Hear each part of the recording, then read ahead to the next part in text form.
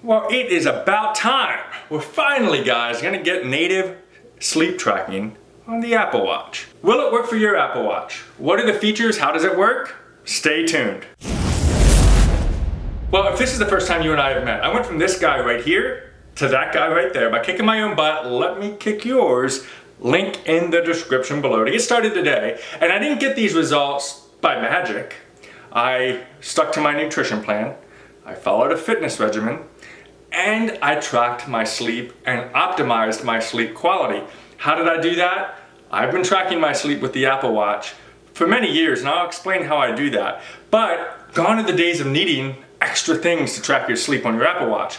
Coming this fall with iOS 7, Apple Watch will automatically track your sleep for you. Now there's some hang-ups with it, there's some things to know, and that's what I want to share in today's video. So we're hoping this fall we're going to see the Apple Watch Series 6 come out, but also with that comes new operating systems, both for the iPhone and for the Apple Watch. And what we're super excited about is the fact that they've been beta testing some sleep analysis on the watches that exist today. Now, point number one, you're going to need at least an Apple Watch Series 3 or higher in order to track your sleep once this new operating system comes out. If you have Series 1 or Series 2, you're gonna be a little bit out of luck, but stick with me through the video and I'll share with you another way, if you wanna keep your Series 1 or Series 2, how you can still track your sleep. Now, before I get into the details you need to know about this new iOS 7 with sleep tracking, give me a like right now. It does not only help this video, it helps the channel, and I certainly would appreciate it. And be sure to subscribe for more fitness and health videos coming to you right here on the Sweet Life Fitness channel. Now let's just start with the basics. I'm gonna get right to it. The very first thing that you need to know is that Apple Watch will indeed track your sleep. So you go to sleep, you enjoy your sleep, you wake up, and then within about 45 minutes to an hour, it will record your data in the Apple Health app on your iPhone. Now right now it's in beta, and we're hoping that once the Series 6 as well as the iOS 7 is due for full release, we will get a little bit more data behind the sleep quality. Right now it just kind of shows you some details behind, you went to bed at this time, you woke up at this time, you got this much sleep. And that's the extent of it. So there's things missing such as your resting heart rate, how your heart rate variability has been, and things like that. So, you know, once we get, I think, to the point of release, we will get to look forward to some of those things. As well as there are rumors that the Series 6 will have additional data and optical sensors within the Apple Watch Series 6 that'll be able to give you even more enhanced data behind your sleep. But regardless of what series you have, 3 up to 5, you'll be able to select what your sleep goal needs to be, whether you want to get 8 hours a night, 9 hours a night, and it'll send you reminders to make sure you're staying on target with your sleep goals. It also has, which you can set within the Watch app of your iPhone, a thing called the wind down feature. What that means is you'll be able to set a time that you want to go to bed, and it'll give you time to start winding down. All of a sudden, your iPhone will start to dim.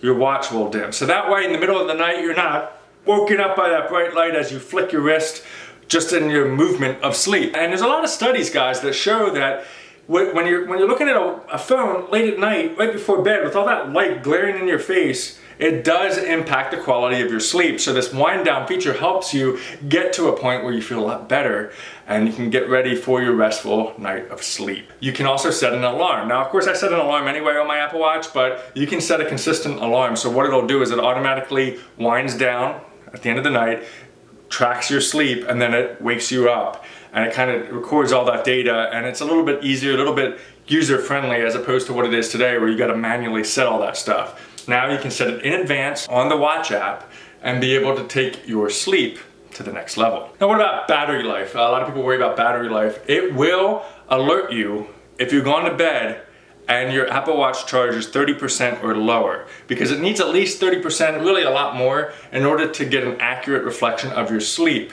So it will be important, and right now, because of the dimming features and the wind down, we are looking at a better use of the battery. So it's not gonna wear your battery down overnight. Of course, there's still more tests to be done on that to see if that will actually remain true once this fully releases with iOS 7. So what's my take on all this? Okay, so as you can see from the pictures and a little bit of the video and stuff like that, there really is, I mean, it's giving you some data. I'm excited that we're finally gonna have native sleep tracking. I mean, Fitbit has had it forever. A lot of other fitness trackers have had sleep tracking included for a very, very long time, and it seems like Apple Watch is a little bit late to that game in my opinion.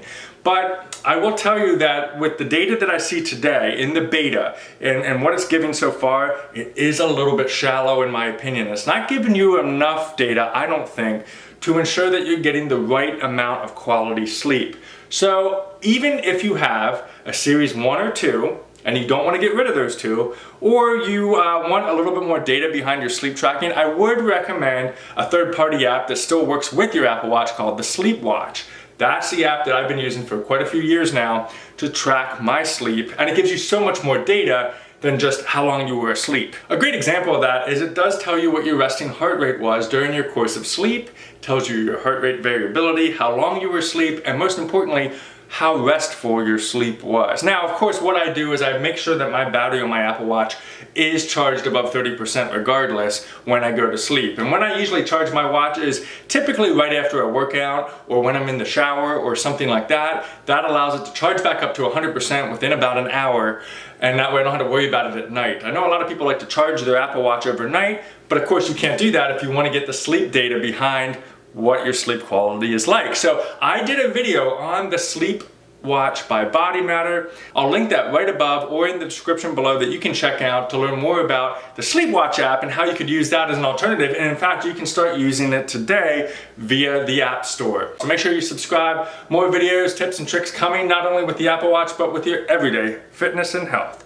Thanks a lot for watching, guys. Live your sweet life. Have an awesome day, and we'll see you next time.